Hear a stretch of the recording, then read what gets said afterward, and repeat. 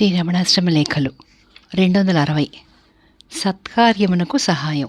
ఇది 21 నవంబర్ 1949 వ్రాసిన లేఖ. 1945 మార్చ్, ఏప్రిల్ ఆ ప్రాంతంలో తమిళ భక్త విజయంలో ఉన్న విఠోబా జ్ఞానేశ్వర సంవాదానికి తెలుగు అనువాదం వ్రాశాను కదా. అప్పుడు ఒక చిత్రం జరిగింది. ఏమిటంటే 1944లో మనసు బేదారు వచ్చి వెళ్ళిన తర్వాత ఆ సిద్ధసాధక సంవాదం భగవాన్ ఒక భక్తుని చేత ఇంగ్లీష్లోకి తర్జుమా చేయించి మనసు బేదారుకు పంపినప్పటి నుంచి ఎవరైనా తెలుగులోనికి అనువదిస్తే బాగుండునే అన్న ఉపలాటం నాకు కలిగింది. సుబ్బరామయ్య, వెంకటకృష్ణయ్య ఇక్కడికి వస్తే భగవాన్ సన్నిధిలోనే వాళ్ళని అడిగితే, నీవు తమిళ్ బాగా మాట్లాడగలవు కదా, ఎవరి చేతనైనా తమిళ్ చదివించుకొని నీవే వ్రాయడం సరికాని ఇంగ్లీష్ నుండి రాస్తే బాగుండదు అని ఆ పని నాకే అప్పచెప్పి చక్కాపోయారు. భగవాన్ అది గమనించి ఒకనాడు మురగనార్తో పై విషయమంతా నా ఎదుటనే చెప్పారు. సాయంత్రం భగవాన్ బయటికి వెళ్ళిన సమయంలో మురగనార్ నన్ను చూచి, అమ్మా, భగవాన్ ఇప్పుడు చెప్పిన మాటల ధోరణి చూస్తే భాషా విషయంలో నీకు చేయవలసిన పని ఎంతో ఉన్నట్లుంది. తమిళ్ నేర్చుకోరాదుటమ్మా, ఇతర భాషలైతే నేర్చుకోమని చెప్పను, కానీ భగవాన్ సహజంగా రాసేది మాట్లాడేది అరవంలో కదా, అందువల్ల అది నేర్చుకోవాలని అంటున్నాను అన్నారు. ఓహో, ఇదే భగవదాదేశం కాబోలు అని అరవం తెలుగు ఉన్న బాలబోధిని లైబ్రరీలో ఉంటే తీసుకుని చూచి నా అంతట నేనే అక్షరాలు రాసి దిద్దుకుంటూ ఒక్క వారంలో చదవను రాయను నేర్చుకున్నాను. కుక్క పాఠం నక్క పాఠం చదవడానికి మనసొప్పక భక్త విజయమైతే కథాసరళిగా చదివేందుకు బాగుంటుందని తోచి లైబ్రరీ పని చూచేవారిని అది ఇవ్వండి అని అడిగాను. అతనది తెచ్చి సన్నిధిలో ఉండగా నాకు ఇస్తుంటే భగవాన్ చూచి, తమిళ్ చదవడం నేర్చుకున్నారా ఏమి అన్నారు. ఏదో కొద్దిగా నేర్చుకున్నాను అని విషయం నివేదించాను. సరి మంచిదయింది అంటూ ముందే భక్త విజయం తీసుకున్నారేమీ అన్నారు భగవాన్. భక్తిపరమైన కథలైతే చదివేందుకు ఉత్సాహంగా ఉంటుందని అన్నాను. అయితే విఠోబా జ్ఞానేశ్వరుల సంవాదం చూస్తారా అన్నారు భగవాన్. అది కూడా చూద్దామని ఉంది అన్నాను. అయితే సరే, ఈ పుస్తకం ఇలా తెస్తే ఆ భాగం చూపుతాను అన్నారు భగవాన్. సరేనని ఇస్తే ఎంతవరకు మనకు ఆవశ్యకమో అంతవరకు ఎర్రసిరాతో గుర్తులు పెట్టి ఆ భాగం నాకు చూపించిస్తూ, ఆ భాగం తెలుగులో రాస్తారా ఏమి అన్నారు భగవాన్. ఊరికే చూద్దామని తీసుకున్నానే కానీ రాయడానికి అర్థం కావద్దు అన్నాను. సరే, మీ ఇష్టం, కానీ ఎవరినైనా సహాయం అడిగి తెలుసుకుని రాస్తే రాయొచ్చునే అన్నారు భగవాన్. ఆ తర్వాత భగవాన్ ఈ విధంగా సెలవిచ్చారు. సహాయం చేయగలవా అని విశ్వనాథ బ్రహ్మచారిని అడిగితే సరేనంటూ కొంచెం సాచివేత చేశాడు. అలాగే కొన్ని రోజులు గడిచాయి. కడకు ఒకనాడు అకస్మాత్తుగా సాయంత్రం వెళ్ళవచ్చి, ఏమమ్మా, భగవాన్కు చెప్పకుండా రాసి ఉంచుదామా, చెప్తే తెమ్మంటారు, దిద్దుతారు, భగవాన్ని శ్రమ పెట్టామని వాళ్ళందరూ అంటారు, ఏమంటావు అన్నాడు. ఏదో విధంగా పని కావటం ప్రధానం కదా, తర్వాత భగవత్ సంకల్పం ఎలా ఉంటే అలాగవుతుంది, రాద్దాం అన్నాను. సరేనని ఆరంభించి ఈ కొంచెం రాసి ఆపుదాం, ఈ కొంచెం అంటూ రాత్రి 10 వరకు కూర్చుని అంతా ముగించి లేచాం. ఈ లోపల ఏం జరిగిందనుకున్నావు? అది శుక్లపక్షం కావడం వల్ల ఐరోపియన్ స్త్రీ పురుషులు కొందరు వెన్నెలలో గిరి ప్రదక్షిణానికి వెళ్లాలని బయలుదేరి 8 గంటలకల్లా భగవాన్ వద్దకు వచ్చి, దోవ తెలిసిన వారిని ఎవరినైనా తోడు పంపండి అని వేడుకున్నారట. భగవాన్ సమీపస్తులను చూచి, ఇంగ్లీష్ తెలుసును కనుక విశ్వనాథాన్ని పంపితే బాగుంటుంది, పిలవండోయ్ అన్నారట. ఒకరి వెంట ఒకరుగా వెళ్ళి పల్లాకొత్తులో వారుండే కుటీరంలోనూ చుట్టుపక్కల చూచివచ్చి లేడు అన్నారట. ఎక్కడికెళ్ళాడో అని భగవాన్ అంటే ఎవరికీ తెలియదనే జవాబు. ఆ తర్వాత రమణపురంలో సాధారణంగా ఆయన వెళ్ళే అన్ని ఇళ్లకు మనుషులను పంపి ఎక్కడా లేరని అనిపించి వారికి వేరెవరినో తోడిచ్చి పంపారట భగవాన్. రాత్రి 10 దాటిన తర్వాత విశ్వనాథులు తన బసకు వెళితే ప్రక్క కుటీరంలో వారు పై సమాచారం అంతా చెప్పారట. విశ్వనాథులు ఇంకా చెప్పక తప్పదు కాబోలు అనుకుంటూ బ్రాహ్మీ ముహూర్తంలోని లేచి భగవాన్ సన్నిధికి వెళితే చూస్తూనే, ఏమోయ్, రాత్రి ఎక్కడికి వెళ్ళావు, టౌన్కా అన్నారట భగవాన్. లేదు అన్నారట వారు. మరెక్కడికి వెళ్ళావు? వీరంతా రాత్రి రమణపురం అంతా వెతికారే అన్నారట భగవాన్. నాగమ్మ ఇంటికి వెళ్ళానన్నారట వారు. ఓహో, అలాగా, నీవు అంతగా అక్కడికి పోయే వాడుక లేదని వీరక్కడ చూడలేదు. అయినా అంతసేపు అక్కడే ఉన్నావా, ఏమైనా చదువుతున్నారా ఏమిటి అన్నారట భగవాన్. ఇంకేం చేస్తాడు, యథార్థం చెప్పక తప్పలేదు. అంతా రాశామని భగవాన్ విని నవ్వుతూ, ఆదా సమాచారం, పోనీ మంచి పనేంది, అది ఎన్నాళ్ల నుంచో ఆ సంవాదం తెలుగులో కావాలని ఎందరినో అడిగింది. దీనికేమోయ్, సత్కార్యమే కదా, నాతో చెప్పకుంటే మానే, ప్రక్క గదిలోనైనా చెప్పిపోకూడదు. ఎక్కడికి వెళ్ళావో ఏమోనని ఎంతమంది వెతికారో చూడు అన్నారట భగవాన్. ఉదయం 7:30కి యథాప్రకారం నేను వెళ్ళాను. చూస్తూనే తమలో తాము నవ్వుకుంటున్నారు భగవాన్. ఎందుకో నాకు అర్థం కాలేదు. నమస్కరించి లేవగానే, ఏమీ విఠోబా జ్ఞానేశ్వర సంవాదం రాత్రి రాశారటగా అన్నారు భగవాన్. నేనేమీ చెప్పక నివ్వెరపడి నుంచున్నాను. అడుగో విశ్వనాథం చీకటితోనే చెప్పాడు అన్నారు భగవాన్.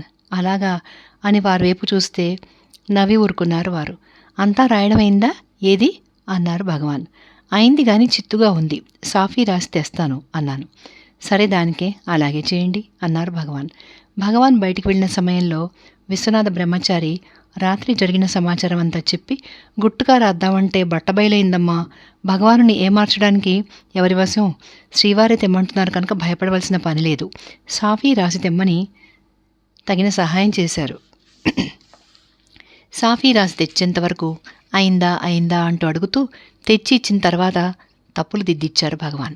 ఆ తర్వాత లేఖల ప్రథమ భాగం ముద్రణలో అనుబంధంగా అచ్చైతే మంచిది అని భగవాన్ సెలవేయడం, నీవు అందుకు అంగీకరించడం మొదలైనవన్నీ నీకు తెలిసిన విషయాలే. భగవాన్ సత్కార్యాలకు ఇదే విధంగా సహాయం చేస్తూ ఉంటారు సుమా. ఇట్లు సోదరి. 261వ లేఖ, వేషం. ఇది డిసెంబర్ 8, 1949 వ్రాసిన లేఖ. 1944లో ఒక మధ్యాహ్నం భగవాన్ సన్నిధిలో భక్తులంతా ఇష్టాగోష్ఠిగా మాట్లాడుతూ ఉన్నారు. ఆ మాటల సందర్భంలో వేషభాషలను గురించి ప్రసక్తి వచ్చింది. ఒక భక్తుడు భగవాన్ని ఉద్దేశించి, కొంతమంది లోకాన్ని మోసం చేసేందుకు ఎన్నో వేషాలు వేస్తారు భగవాన్ అన్నాడు. ఒకటా, ఎన్నో రకాలు, దానికేమి, కానిపోని వేషాలు వేస్తే వేసిన వాళ్ల మనస్సే కష్టపడుతుంది. మనం చూచి వాళ్ళేమనుకుంటారో వీళ్ళేమనుకుంటారో అన్న భయంతో తమ మనస్సే తమకు శత్రువు అవుతుంది. వేషం వేసి ఇతరులను మోసం చేయాలనుకుంటే కడకు తామే మోసపోతారు. తంత్రం పన్నం, వాళ్ళని మోసం చేశాం, చాలా సామర్థ్యం చూపించాం అనుకుంటారు. గర్వంతో ఎక్కి పైకిపోతారు. ఆ సామర్థ్య ఫలితం క్రింద పడ్డప్పుడు కానీ తెలీదు. కాలం వస్తే సరి, వాళ్ళంతటా వాళ్లే క్రింద పడతారు అని సెలవిచ్చారు భగవాన్. ఇది ఎవరి మీద ప్రయోగించిన బాణమా అని యోచిస్తుంటే రామయోగి గారు అందుకుని, స్వామి, వేషం అంటే జ్ఞప్తికి వచ్చింది. భగవాన్ ఒకసారి పంగనామాలు పెట్టుకున్నారని దేనిలోనో చదివానే, నిజమా అన్నారు. నిజమే, అదంతా కొండ మీదన కొత్తలోనే. అప్పుడు అయ్యంగార్లు కొందరు వచ్చేవారు. వారి బలవంతం వల్ల మనదేం పోయింది అని పెట్టుకునేవాడిని. అదేనా? ఒకసారి ఏం చేశారనుకున్నారు? అరుణాచలేశ్వర ఆలయంలో కొత్తగా కళ్యాణ మంటపం కట్టిన రోజులవి. నవరాత్రి వచ్చింది. ఒక భజన గుంపు వారు వచ్చి కోవెలలో బొమ్మల కొలువు పెట్టారు. చూద్దాం రండి అని బలవంతపరిచారు. అక్కడ ఎవరైనా గుర్తించి ఉపచారాలు చేయడం ఆరంభిస్తారేమోనని పళనిస్వామి పంచె ఒకటి తీసి కట్టుకుని, పైన కూడా ఒకటి కప్పుకుని, నామం పెట్టుకుని అచ్చంగా వైష్ణవుడల్లే వారితో బయలుదేరాను. కోవెల గురుక్కులంతా కూడా తెలిసిన వారినాయే. వారు మాట్లాడకుండా తప్పించుకుందామని, వారు నన్ను చూడకుండా తప్పించుకుందామని నా యత్నం. వారు ద్వారం దగ్గరే కనిపెట్టి, స్వామి స్వామి, మీరు కూడా స్వామిని చూడవచ్చారా? మీరే స్వాములు కదా అంటూ వెంటపడ్డారు. ఇంకే, మన మనస్సు మననే మోసం చేయసాగింది.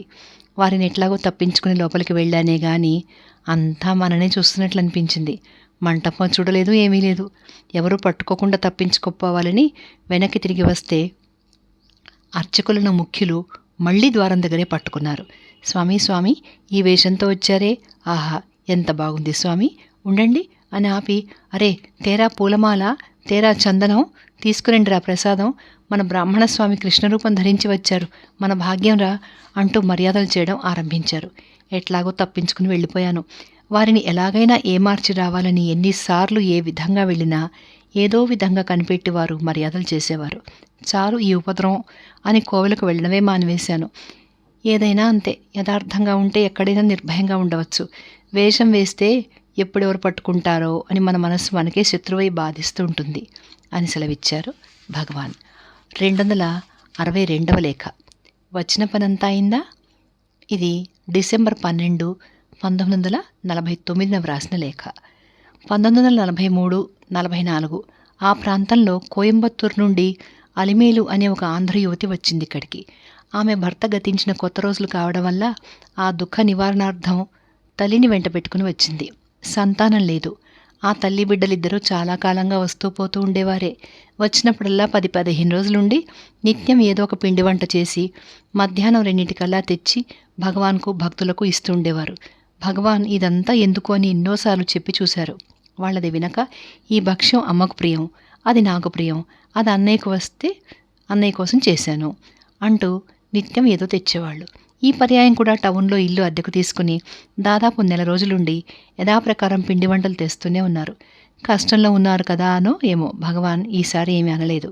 ఇంకే భగవాన్కు ప్రియమే అన్న భ్రాంతితో వాళ్ళు మరీ జోరుగా చేశారు. కడకు రేపు ఊరికి వెడతారనంగా ఈ సాయంత్రం భగవాన్ను సమీపించి రేపు ఊరికి వెళతాం అన్నారు వాళ్ళు. భగవాన్ లోపల నవ్వుకుంటూ ఓహో అలాగా, వచ్చిన పని అయిందా ఏమి అన్నారు చిలక్తిగా. వాళ్ళకేమీ బోధపడక ఇంటి వద్ద ఏదో పనులున్నాయట, రమ్మని రాశారు అన్నారు. అది సరేనమ్మా, ఇక్కడికి వచ్చిన పనంతా అయిందా, ఏమైనా బాకీ ఉందా అన్నారు భగవాన్. వాళ్ళిద్దరూ ఏమీ తోచక నివ్వెరపడి నుంచున్నారు. అది కాదండి, వెళతామంటారే, పిండి వంటలు అన్ని రకాలు చేయడం అయిందా, ఇంకా ఏమైనా బాకీ ఉన్నాయా అని అడుగుతున్నాను అన్నారు భగవాన్. అందరికీ నవ్వొచ్చింది. ఆ తల్లి బిడ్డలిద్దరూ బదులు చెప్పలేక చేతులు నిలుపుకుంటూ నుంచున్నారు.